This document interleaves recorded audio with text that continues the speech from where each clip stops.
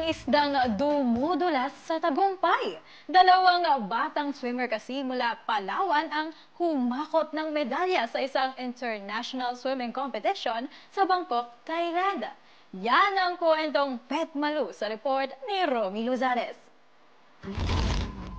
Humakot ng medalya ang dalawang batang Palawenyo na nakipagtagisan sa ginanap na 5th ASEAN Open Schools Invitational sa Assumption University sa Bangkok, Thailand noong February 6 to 9 na 2025.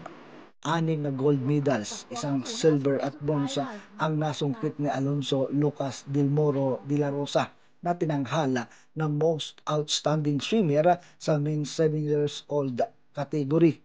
Nagwagi ang Batang De La Rosa sa mga sumusunod na events. 6 na gold, isang silver at isang bronze ang napanalunan nito sa iba't ibang kategory. Pasok naman sa iba't ibang places ang 13 years old na si Ethan Drake Del Moro Hawigi. Nakuha niya ang 5th place sa 50-meter breast, 6th place sa 50-meter freestyle, 6th place sa 100-meter breaststroke, 8th place sa 100-meter freestyle, 8th place sa 200-meter breast at 8th place sa 200-meter free at 2nd place sa 200-meter individual medley. Ang dalawang swimmers ay pambato ng Begin to Swim ni Coach Tini Cayetano sa Thailand bilang bahagi ng Swim League Philippines Warriors Delegation.